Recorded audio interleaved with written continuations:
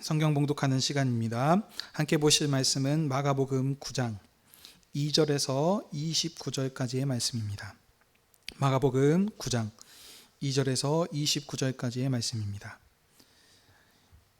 2절부터 13절까지 한 절씩 교독하시고 마지막 절 합독하시도록 하겠습니다.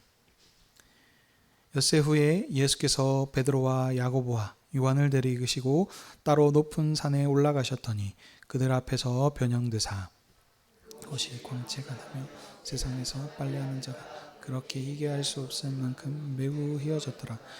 이에 엘리야가 모세와 함께 그들에게 나타나 예수와 더불어 말하거늘 베드로가 예수께 고하되 라삐여 우리가 여기 있는 것이 좋사오니 우리가 초막셋을 짓되 하나는 주를 위하여 하나는 모세를 위하여 하나는 엘리야를 위하여 하나이다니 이는 그들이 몹시 무서워하므로 그가 무슨 말을 할지 알지 못함이더라.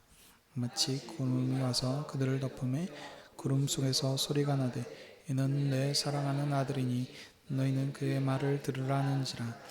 문득 둘러보니 아무도 보이지 아니하고 오직 예수와 자기들 뿐이었더라.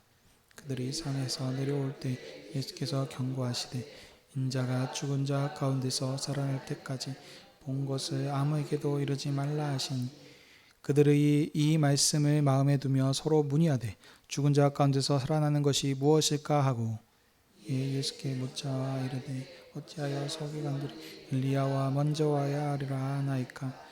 이르시되 엘리야가 과연 먼저 와서 모든 것을 회복하거니와 어찌 인자에 대하여 기록하기를 많은 고난을 받고 멸시를 당하리라 하였느냐.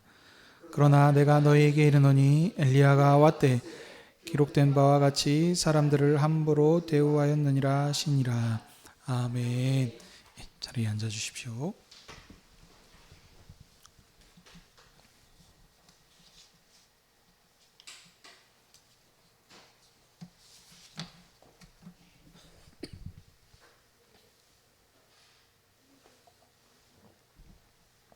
기도하겠습니다.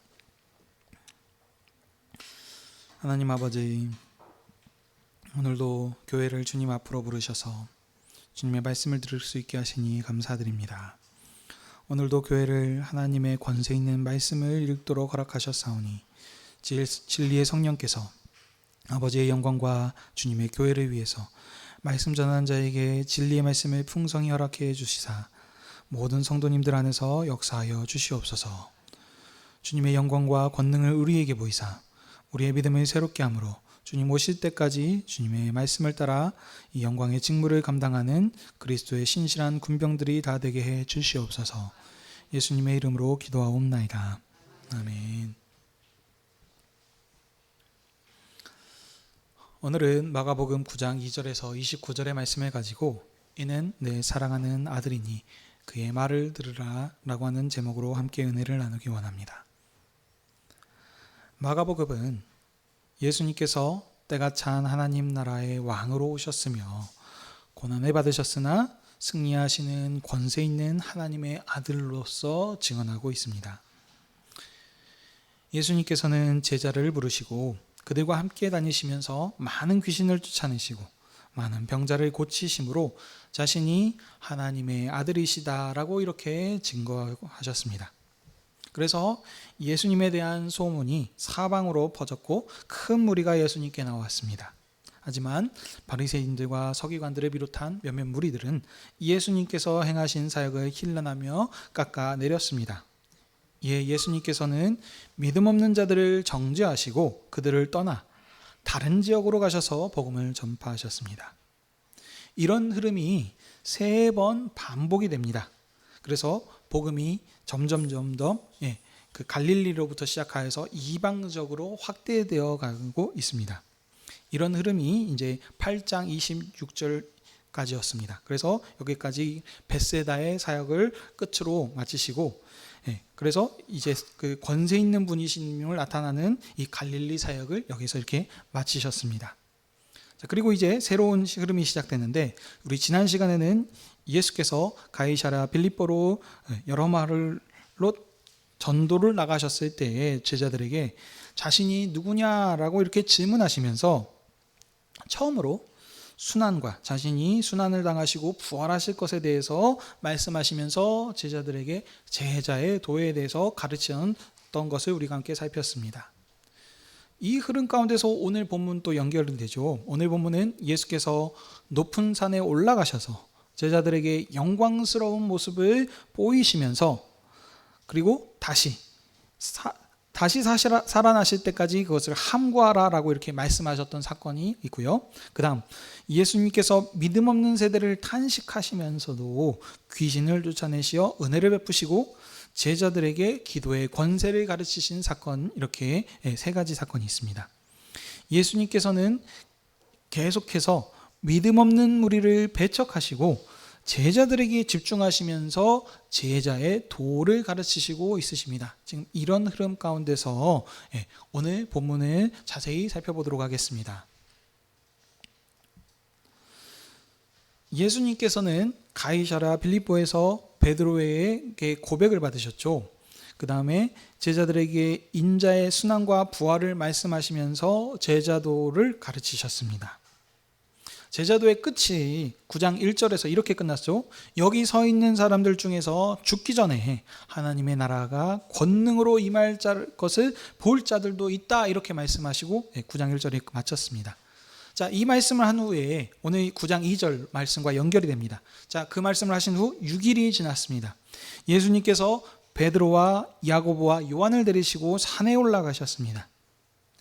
여기 이 세 명의 제자들은 마가복음 3장 13절 이하에서 예수님께서 12제자를 세우실 때에 특별히 호칭을 붙여주시던 자들입니다. 그래서 그들을 장군과 같은 특별한 장군으로 이렇게 장수로 세우셨던 그들이었죠. 또 어떤 일이 있었죠? 회당장 야이로의 딸을 살리실 때도 이 세 사람만 데리고 가셔서 그 사역들을 하셨습니다. 마찬가지로 오늘도 이 세 사람만 데리고 이렇게 산으로 지금 올라가셨던 모습을 볼 수 있습니다. 예수님께서는 높은 산으로 올라가셔서 제자들 앞에서 변형되셨는데 옷이 광채가 나며 빨래하는 자가 빨래를 그렇게 희게 할 수 없을 만큼 예수님의 모습이 매우 휘어지셨습니다. 자, 여기 흰옷이 나오는데 흰옷도 구약의 배경에 말씀을 항상 이렇게 깔고 있습니다. 구약에서 흰옷은 하늘 권세자들의 옷을 뜻하고 있습니다. 그래서 흰옷인데 근데 어떻다고 이렇게 흰옷이 없습니다. 그러니까 그 권세가 그만큼 지금 높고 있다라고 하는 그런 지금 표현을 강조하고 있다는 것을 우리가 알 수 있습니다. 근데 제자들이 엘리야와 모세가 함께 나타나서 예수님과 더불어 말하는 것을 보았습니다. 근데 보면 성경에 구약 성경에 보게 되면 많은 사람들이 있습니다. 근데 그 많은 그 성경의 위인들 중에서 조상들 가운데서 왜 하필 엘리야와 모세가 여기에 나타났을까요? 자, 모세를 먼저 살펴보겠습니다. 모세는 시내산에서 여호와의 음성을 듣고 하나님과 이스라엘의 언약을 맺어서 하나님 나라를 설립하셨던 언약의 중보자였습니다. 그럼 엘리야는요? 엘리야는 하나님께서 시내산에서 부르시고 그 하나님 나라를 세우셨는데 그 나라가 이스라엘이 그 범죄함을 통해 가지고 멸망시킨다고 이렇게 하나님께서 말씀하셨습니다. 그리고 남은 자 7,000명을 통해서 이제 새로운 이스라엘을 세우실 텐데 멸망당하지 않을 새로운 이스라엘을 건설해 주시겠다라고 이렇게 언약하신 그런 선지자입니다. 자, 이 지금 모세와 엘리야 이 두 사람의 특징은 무엇이냐면 언약의 당사자들입니다. 어떤 언약? 하나님 나라의 설립을 체결하는 데 있어서 그 중심 역할을 했었던 중보자의 역할을 했었던 자들이 바로 모세와 엘리야였습니다. 구약을 대표하는 언약을 체결하는 이 체결자들인 모세와 엘리야가 나타나서 예수님과 더불어서 이야기했다라는 것입니다. 이것은 그럼 무엇입니까? 마치 왕이 고위 관리들을 이렇게 모여서 그들과 함께 어전 회의를 하는 장면과 같습니다. 그렇죠? 왕과 신하들. 근데 아무 신하들이 아니고 고위 관리에 있는 신하들과 함께하는 그런 회의와 같습니다. 근데 자, 그러면 예수님께서는 어떤 분이십니까? 마가복음에서 계속 얘기하시는 것은 때가 찬 하나님 나라를 지금 설립하시는 분으로 지금 증거하고 있습니다. 여기서도 마찬가지입니다. 예수님께서는 새로운 하나님 나라를 설립하시는 언약의 중보자이십니다. 시내산에서 모세의 중보로부터 시작된 구약의 하나님 나라가 어떻게 됐다고요? 이스라엘의 범죄로 망했습니다. 그러나 자비하신 하나님께서는 엘리야를 통해서 이제 새로운 이스라엘 나라를 건설해 주시겠다라고 이렇게 언약을 하셨습니다. 그 약속하셨던 그 나라, 예수님께서는 그 약속을 성취하시는 언약의 완성자이신 것입니다. 약속대로 오셔서 하나님 나라를 새롭게 완성시키시는 분이십니다. 시내산에서 시작하셨던 그 하나님 나라를 완성하시는 분이십니다. 이렇게 지금 증거하고 있습니다. 제자들이 예수님과 엘리야와 모세가 더불어 이야기를 나누는 모습을 보자 베드로는 이렇게 얘기하죠. 예수님께 랍비여, 우리가 여기 있는 것이 좋사오니 우리가 초막 셋을 짓겠습니다 라고 말합니다. 그런데 이렇게 말한 이유를 6절에서 설명을 하죠. 이는 제자들이 이 모습을 보고 몹시 무서워하여서 무슨 말을 해야 할지 몰랐기 때문입니다. 그러니까 지금 한마디로 너무 놀랍고 당황해서 지금 아이고 그냥 생각나는 대로 지금 아무 말이나 지금 이렇게 했다는 그런 것이죠. 근데 그때 마침 구름이 와서 그들을 덮였고 구름 속에서 소리가 났습니다. 7절 말씀입니다. 함께 읽도록 하겠습니다. 시작. 마침 구름이 와서 그들을 덮으며 구름 속에서 소리가 나되 이는 내 사랑하는 아들이니 너희는 그의 말을 들으라 하는지라. 아멘. 오늘 설교의 제목과도 같죠. 자, 여기 구름이 몰려왔다 그랬습니다. 그런데 이 구름도 구약의 배경을 가지고 있습니다. 흰옷과 같이 여기서는 하나님의 나타나심이십니다. 이런 장면이 어디에 있었죠? 구약의 하나님께서 시내산에서 이스라엘과 언약을 맺으실 때에 우레와 번개와 빽빽한 구름 속에서 나타나셔서 이스라엘에게 말씀하셨습니다. 그와 같이 지금 현재도 하나님께서 구름 중에 지금 나타나셨던 것이죠. 그때 하나님께서 그 이스라엘과 언약하실 때 백성 중에서 모세에게만 영광의 구름 속으로 이렇게 오도록 하셔서 그에게 그 말씀하시고 등을 보여주셨던 그런 일들이 있었습니다. 여기서 이와 같이 예수님께서도 제자들의 대표인 3명 베드로, 야고보, 요한 이 3사람을 높은 산으로 데리고 가셔서 영광의 구름 속에서 주님의 영광을 보게 하셨고 하나님의 음성을 듣게 하셨습니다. 자, 이런 일들이 있는데 근데 보니까 문득 이제 제자들이 이제 주변을 둘러보니까 어느새 모세와 엘리야는 사라졌고 오직 예수님과 자기들만 있었습니다. 모세와 엘리야는 사라지고 오직 예수님만 이렇게 남고 보였던 것은 바로 예수님께서 종말에 때가 찬 하나님 나라를 완성시키시는 하나님 나라의 왕이시기 때문입니다. 자, 이 일들이 있고 후에 이제 함께 제자들과 예수님께서 산을 내려오십니다. 그때 예수님께서 제자들에게 경고하시길 인자가 죽은 자 가운데서 살아날 때까지 지금 너희들이 봤던 이것들을 지금 아무에게도 이르지 말라 이렇게 말씀하셨습니다. 근데 제자들의 반응은 예수님께서 하신 말씀이 무슨 뜻인지 도대체 알 수가 없습니다. 이것은 이제 2가지 것들이 있는데요. 자, 첫 번째는 지금 메시아, 그들이 지금 기다리고 있는 메시아는 열국을 정복하고 자기 백성을 구원하시는 승리하시는 왕이십니다. 근데 죽어버리는 왕은 저주받은 것이죠. 지금 구약의 배경 아래서는. 그렇기 때문에 죽은 건 실패자이기 때문에 이스라엘의 메시아가 될 수 없습니다. 근데 예수님이 갑자기 죽으신다라고 또 부활하신다라고 하니까 제자들이 서로 문의하면서 무슨 뜻인지 알 수가 없습니다. 그래서 서로 이렇게 의논을 하고 있습니다. 그 전에도 예수님께서 죽으신다 그럴 때 베드로가 이해 못하고 그걸 말렸는데 여기서도 지금 동일한 장면이 나오고 있습니다. 그래서 그들이 서로 무슨 뜻인지 알아보려고 했지만 알 수가 없자 예수님께 여쭤봅니다. 한 가지 또 배경이 이겁니다. 자, 지금 산에서 무슨 일이 있었죠? 엘리야를 보았습니다. 모세를 보았고 엘리야를 보았는데 그리고 지금 얘기가 나왔죠. 내 사랑하는 아들이니 너희는 이 말을 들으라. 지금 이런 장면들을 보게 되면 분명히 지금 이 예수님께서는 지금 끝날에 약속하신 메시아가 맞습니다. 하늘에서도 지금 이렇게 완성을 해주셨는데, 그래서 베드로도 그렇게 알고 주는 그리스도이십니다라고 고백을 했었었는데, 근데 지금 엘리야를 지금 먼저 온다라는 사실들을 이들이 알고 있었는데, 엘리야를 지금 산에서 보았는데, 근데 갑자기 뜬금없이 고난받고 죽으신다라는 말을 하니까 지금 연결이 안 되는 것입니다. 도대체 알 수가 없습니다. 그러니까 제자들이 예수님께 질문을 하는데, 서기관들이 했었던 질문을 빌려서 이렇게 물어보죠. 어찌하여 서기관들은 엘리야가 먼저 와야 한다라고 말합니까? 라고 이렇게 질문을 합니다. 제자들의 이런 질문에 예수님께서는 엘리야가 과연 먼저 와서 모든 것을 회복하거니와 어찌 인자에 대하여 기록하기를 많은 고난을 받고 멸시를 당하리라 하였느냐. 그러나 내가 너희에게 이르노니 엘리야가 왔을 때에 기록된 바와 같이 사람들이 함부로 대우하였느니라. 이렇게 대답을 하셨습니다. 자, 제자들의 질문과 예수님의 대답을 좀 이해하기 위해서 구약의 배경을 좀 알 필요가 있는데, 간략하게 보시겠습니다.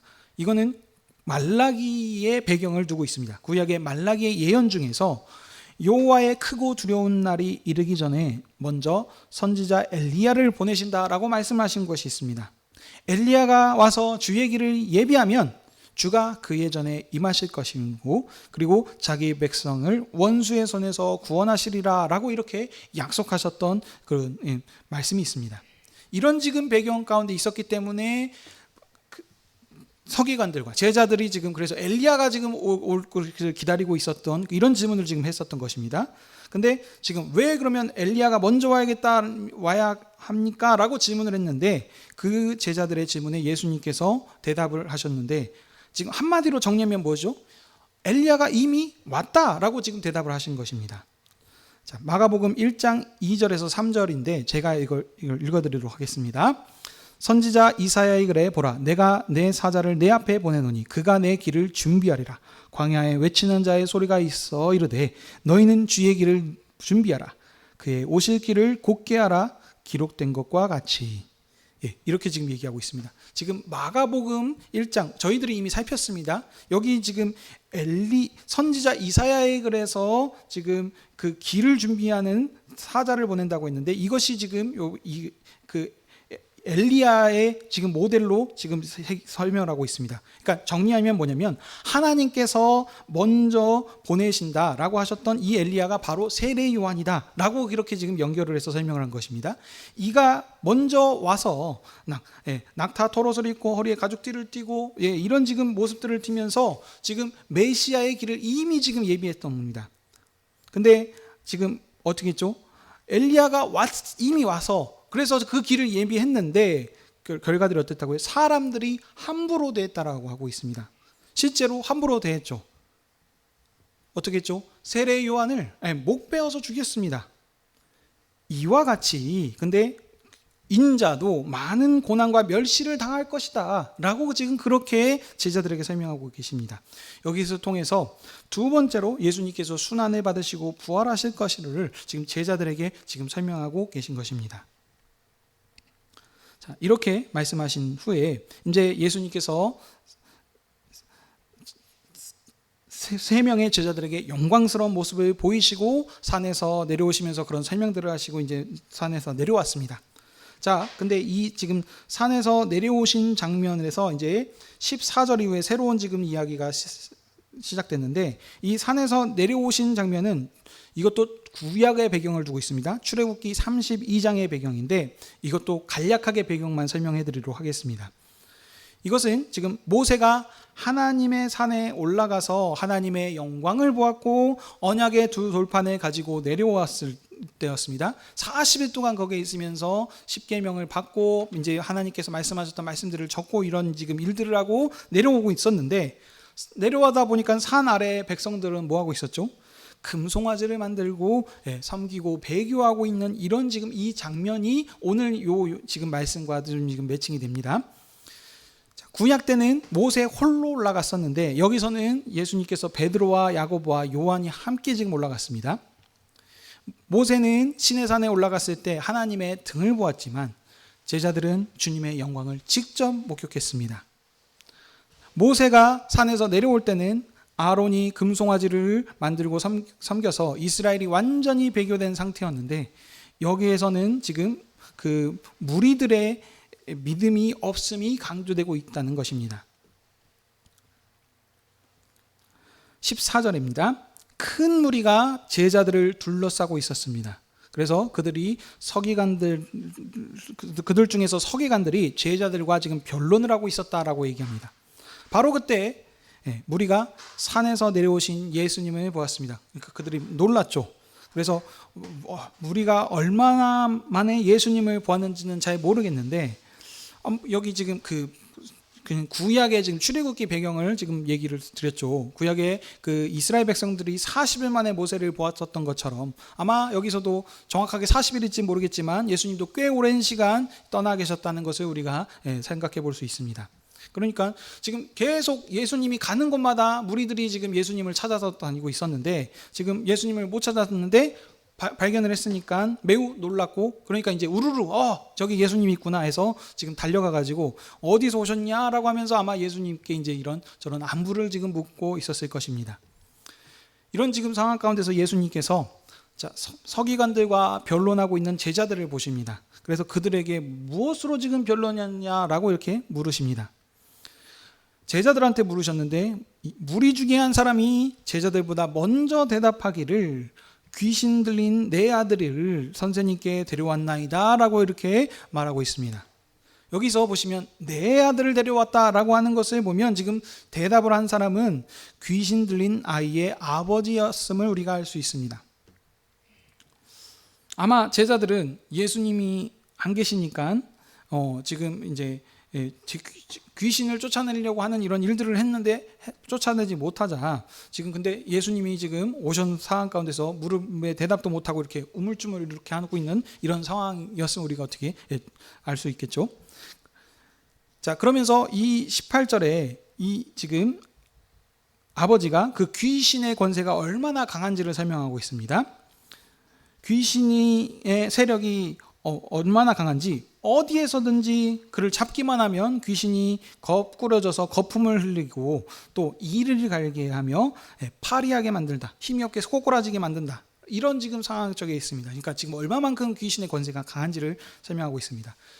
이러니 지금 이제 예수님께 고쳐달라고 이렇게 나왔는데, 아마 지금 예수님이 안 보이니까 예수님을 따르는 제자들한테 이런 일들을 부탁했을 것이라 지금 생각하고 있습니다. 근데 제자들이 이 일들을 지금 능히 하지 못하고 있는 것입니다. 그래서 예수님께서 무리를 보시고 이렇게 얘기하시죠. 믿음이 없는 세대여, 내가 얼마나 너희와 함께 있으며 얼마나 너희를 참으리오 하시면서 그들을 책망하고 계십니다. 자, 여기서 지금 예수님께서 책망한 사람들은 믿음 없는 세대라고 했는데, 이 믿음 없는 세대는 제자들이 아닙니다. 여러분들 잘 문맥을 한번 살펴보셔야 됩니다.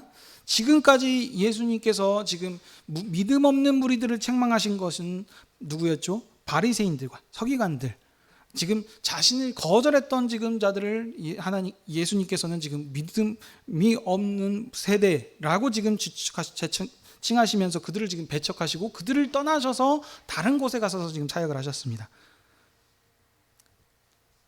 자, 문맥을 또 보시면 예수님께 지금까지의 상황들을 보면은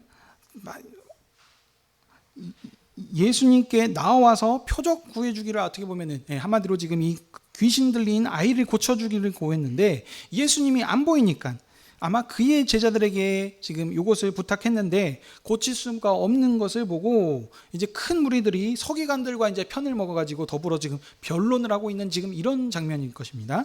이 부분은 뒤에서 조금 더 설명하도록 하겠습니다. 근데 여러분 보십시오. 지금까지 예수님께서 다니시면서 얼마나 많은 표적을 통해서 자신이 하나님의 아들이시다는 것을, 얼마만큼 권세가 있으신 분인 걸 나타내셨습니까? 각종 병든 사람들과 많은 귀신 들린 사람들을 고치셔서 그 누구도 토를 달 수 없도록 분명하게 하나님의 아들이시다라는 것을 증거했는데, 그럼에도 불구하고 믿지 못하는 사람들이 있었죠. 바리새인들은 다시 예수님께 나와서 하늘에서 온 표적을 또 구했었습니다. 여기서도 어떻게 보면 그런 것이죠. 지금 그 사람들이 믿지 않았기 때문에 지금 예수님께서는 그 무리를, 큰 무리를 믿음 없는 세대라라고 지금 이렇게 책망하고 계신 장면입니다. 자, 그런데 여기서는 좀 특별한 것은 거절하지 않으시고 예수님께서 아이를 데려오시라라고 하시고 말하고 있는 장면입니다. 그 전까지는 예수님께서 지금 믿음이 없으시면 행하지 않으셨는데 아이를 데려오라라고 하시면서 지금 그들을 불쌍히 여기시고 지금 긍휼과 은혜를 베푸시고 있는 장면입니다.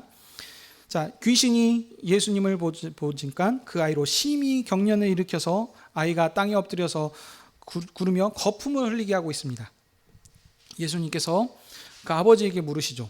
아이가 언제부터 이렇게 되었냐라고 물으니까 어릴 적부터 쭉 이랬고 귀신이 내 아이를 죽이려고 물불에 자주 던져서 지금 죽을 고비를 여러 번 넘겼다라고 이렇게 얘기하고 있습니다. 이 일이 지금 그냥 간단하게 한 것이 아니고 어릴 적부터 쭉 이랬었고 지금 오랜 기간을 가지고 있었었고 지금 죽게 만들려고 하는 지금 아주 지금 위기의 순간들이 여러 번 있었다는 것을 알 수 있습니다.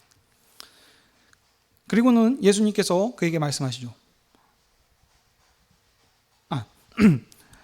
예수님께 그 남자가 아버지가 지금 고백을 하고 있습니다. 무엇을 할 수 있거든 우리를 불쌍히 여겨서 도와달라라고 이렇게 지금 사정을 하고 있습니다.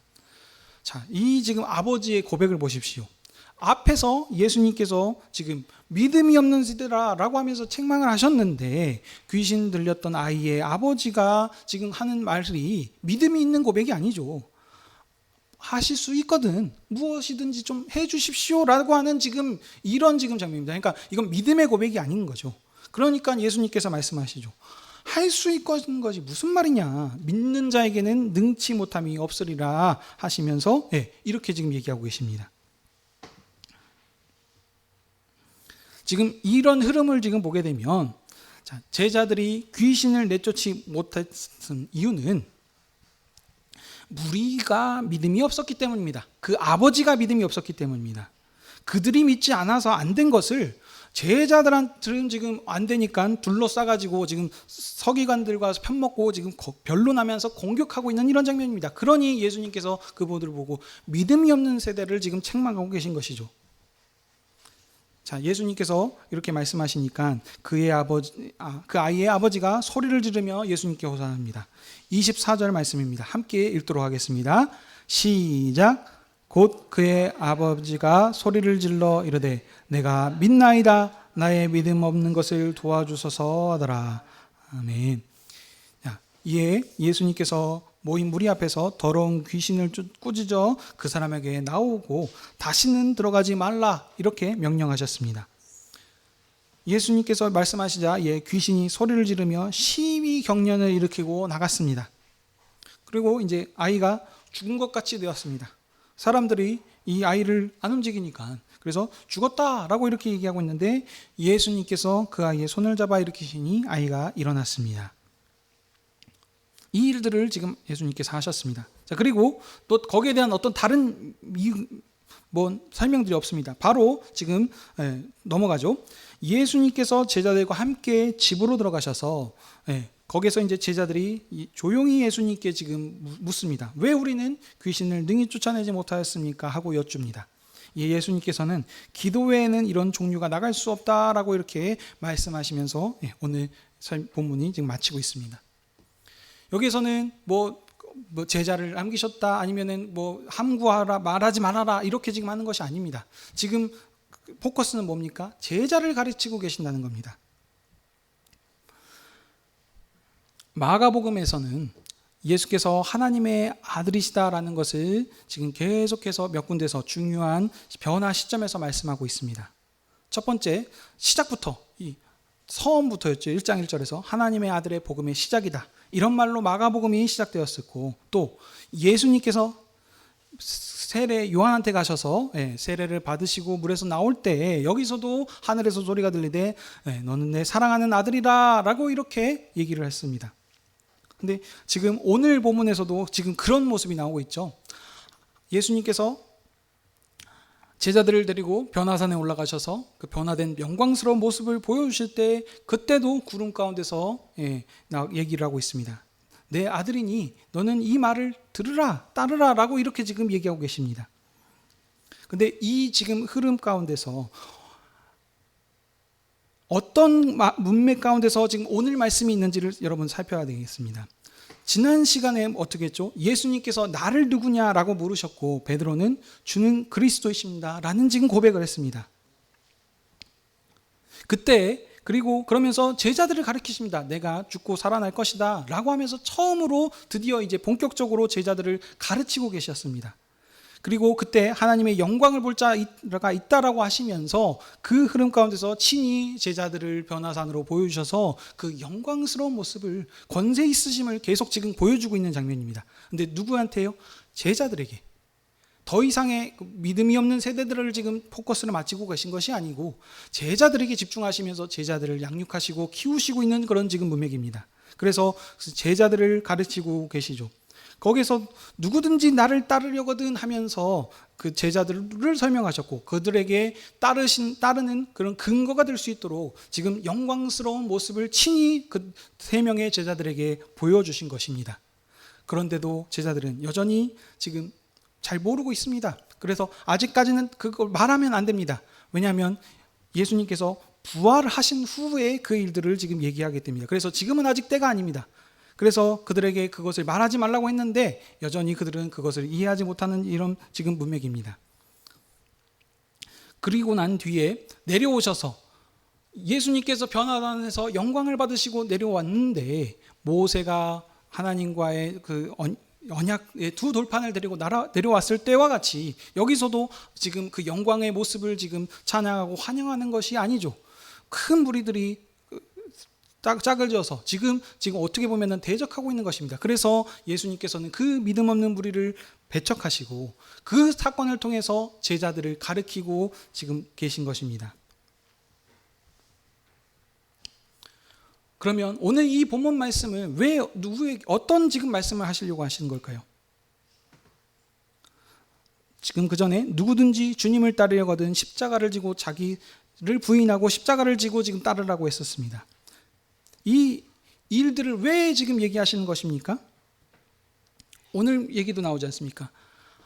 엘리야를 보냈는데 근데 함부로 대하고 거절하지 않았느냐. 마찬가지로 나도 이와 같은 인자와 고난을 당할 것이다. 그러면 이 흐름 가운데 뭡니까? 누구든지 나를 따르려거든 했을 때 예수님이 걸어갔던 그 길들처럼 너희들도 이 길을 따른다면 이런 어떤 역경과 고난이 있을 것이다 라는 것을 지금 암시하면서 그들을 지금 가르치고 있는 것입니다. 그렇기 때문에 제자들의 믿음을 강력하게 굳건히 만들 필요가 있었기 때문에 제자들도를 지금 계속 가르치시고 계신 것입니다. 오늘 이 말씀이 그래서 이 문맥을 잊어버리고 받아들이면 기도만이 주님의 능력이구나. 믿는 자만이 하나님께서 능치 못함이 없구나. 그러니 우리가 열심히 믿어야 되겠다. 그 말이 틀린 말은 아니지만 지금 마가복음에서 얘기하는 것은 예수님의 권세 있으심, 때가 찬 하나님 나라의 왕으로 오셔서 그 새로운 하나님 나라를 이루시는 그 권세를 드러내고 있지 않습니까? 그러면 그것을 통해서 근데 이 왕이 어떤 왕이십니까? 영광 받으시고 승리하시는 그것이 아니고 어떻게 보면 십자가의 저주를 받는 그런 지금 죽음을 통해서 그런 아주 지극히 낮은 데까지 낮아지셔서 그걸 품으시는 그런 지금 고난받는 지금 주님을 나타나고 있다는 것입니다. 그들을 가르치시는 것이죠. 이것을 예수님께서 오늘 우리에게도 동일하게 말씀하고 계십니다. 그러면 우리와 그전과 다른 것은 무엇일까요? 이 제자들은 여전히 연약한 모습들이 계속 있습니다. 그렇지만 왜입니까? 영광의 모습들을 봤지만 부활하신 후에 그 모든 것들을 다 완성된 것을 보지 못했습니다. 그러나 우리는 지금 이미 그 다음 시대를 살고 있습니다. 부활하신 주님은 우리가 친히 모든 선지자들과 지금 제자들의 사도들의 증거를 통해서 우리가 직접 다 듣고 보았습니다. 그러므로 세대가 발전되었죠. 그러므로 제자들이 아무리 권세가 있고 능력이 있었지만 그보다도 우리가 가지고 있는 그 권세와 우리가 지금 누리고 있는 그 힘이 더 큰 은혜의 시대를 살고 있다는 것입니다. 근데 여러분 보십시오. 제자들의 연약한 모습들이 있었음에도 불구하고 하나님께서 어떻게 그들을 사용하셨습니까? 그들을 통해서 세계 방방곳곳에서 복음이 선포되고 확장되도록 하나님께서 그 일들을 이루셨습니다. 그 복음이 지금 이 머나먼 대한민국까지 퍼져서 우리가 그 복음을 들어서 이 자리에 나와 있다는 것이 그것이 증거가 아니겠습니까? 제자들의 똑똑함으로 제자들의 그것으로 이루신 것이 아닙니다. 마가복음에서 계속 설명하고 온 것은 지극히 작은 것 하나라도 하나님께서 어느새 모르게 자라게 하셔서 모든 권세가 깃드는 큰 나무가 자라게 하실 것이다. 하나님께서 일들을 이루실 것이다 라고 지금 얘기하고 있지 않습니까? 우리의 입술이 뛰어나고 우리의 언사가 좋아서가 아닙니다. 우리가 가지고 있는 이 복음이 권세 있는 하나님 나라의 복음이기 때문에 우리는 하나님 나라의 권세 있는 군병이 되는 것입니다. 사랑하는 성도 여러분, 오늘도 주님께서 주님의 날에 우리를 주님의 상으로 부르셔서 말씀하십니다. 내 살을 먹고 내 피를 마셔라 하시면서 주님의 살을 주시면서 우리에게 말씀하십니다. 왜입니까? 우리가 얼마나 존귀한 존재들인지 그 권세를 알고 깨달으라라고 하는 그런 목적인 것입니다. 우리들은 지금 살고 있는 시대는 사도 시대가 아닙니다. 사도 시대는 다시 반복되지 않습니다. 우리들은 그 변화된 그런 모든 모습들을 다 보았던 것입니다. 우리가 주님을 몰랐다면 지금 여기 계속 반복되고 있는 이방과 같이 귀신의 권세 아래서 여전히 주님을 몰라서 세상의 것을 따르면서 그런 연약한 모습들로 계속 살고 있었을 것입니다. 그런데 하나님께서 우리를 얼마나 사랑하셨는지 이 자리로 주님의 영광의 자리로 우리를 불러주셔서 주님의 살과 피를 먹으면서 주님의 백성으로서 주님의 권세 있는 자녀로서 이 삶을 살게 하셨다는 것입니다. 그러므로 우리가 이 말씀을 통해서 우리의 권세가 얼마나 큰지 다시 한번 묵상하길 바랍니다. 이것을 통해서 마지막 적용으로 나갑니다.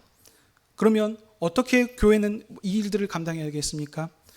마지막 기도로 전투한다라고 하고 있습니다. 기도는 주님의 모든 권세자의 왕으로 시인하는 것입니다. 오늘 말씀과도 연결이 되죠. 너는 그의 말을 들으라. 왕으로 시인하는 것입니다. 우리는 싸우는 것은 무엇입니까? 하나님 나라의 하나님의 전신갑주로 무장해서 싸울 때 이것이 이 기도 없이는 살 수가 없는 것입니다. 그래서 사도께서는 우리들에게 많은 서신서에서 말씀하시죠. 기도를 더하라라고 이렇게 말씀하십니다. 우리는 이 전투를 홀로 감당할 수 없습니다. 그렇지만 우리가 함께하고 계시는 우리 교회의 머리 되신 분이 누구십니까? 죽은 자 가운데서 부활하신 이분이 지금도 살아계셔서 우리와 함께 하시고 우리를 인도하고 계십니다. 그러므로 우리가 세상 가운데 여러 가지 역경과 고난이 있습니다. 주님을 거절했고 주님을 보냈던 엘리야였던 그 세례 요한을 거절했던 것처럼 여전히 세상은 주님의 복음 전파자인 교회를 거절할 것입니다. 그렇지만 우리는 두려워할 것이 없습니다. 왜냐하면 이미 사단의 권세는 깨 부서졌고 승리하신 주님께서 여전히 우리와 함께 하셔서 우리를 인도하실 것이기 때문입니다. 그러므로 세상이 우리를 무엇이라고 어떻게 평가하고 우리를 핍박하든지 오직 주님만 의지하고 하나님의 능력, 하나님을 기도함으로 나아가는 그런 주님 나라의 군병이 다 되시길 주님의 이름으로 축원합니다. 주님의 살과 피로 교제할 때마다 주님을 뒤따르며 승리하는 백성들이 되시길 다 되십시다. 아멘. 기도하겠습니다.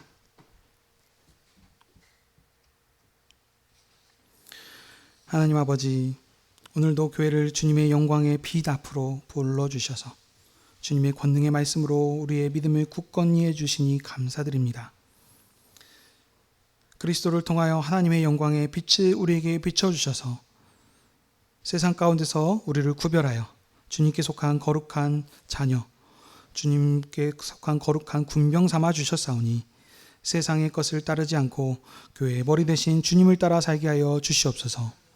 지금까지 언약 역사를 통해서 그리스도께서 하나님의 아들이심을 수없이 보여주셨사오니 세상의 역경 가운데서 그것으로 인하여 주님을 의심하지 말고 넘어지지 말고 오직 믿음으로 권세 있는 주님의 군사로서 굳게 서게 해 주시옵소서.